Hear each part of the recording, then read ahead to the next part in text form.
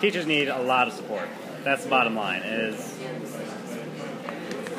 There's so much more to education than just what happens in the classroom that one single teacher can't control. The biggest support has been having mentors and having people that,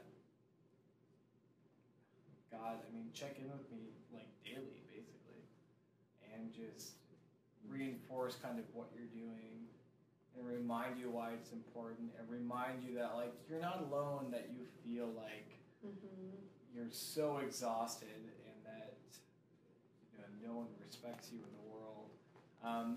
You just need people to back you up. So having the mentor program, having, in whatever capacity it might be, having people that kind of back you up is immensely important. Having a set, like kind of, whether it's a mentor or like supervisor, someone that you can kind of go to, but it's like a structured relationship. So maybe they say like, meet at least once a month and discuss like practices or challenges and successes, or things you notice, have them check up in on you once in a while. And I think even having something like a welcome for all the teachers so they know who you are, because I think anytime you go to a new place, it's just good to have like everyone kind of welcome you and you feel like they actually care and know that you're there, because otherwise you feel kind of like the newbie who should just be quiet.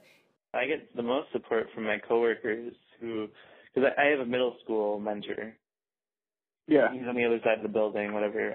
But really the most support I've gotten is, my coworkers, like going out for like a drink on Fridays and venting about all our issues and then coming up with all these ideas what we want to do. We know sort of a predictable curve of how first-year teachers feel. Research has suggested that they enter in September with a pretty high degree of enthusiasm and idealism, and by December they're questioning the decision they made to go into teaching.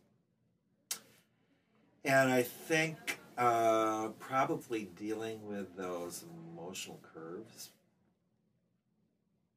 in a way that feels safe to those teachers, I think that's pretty tricky.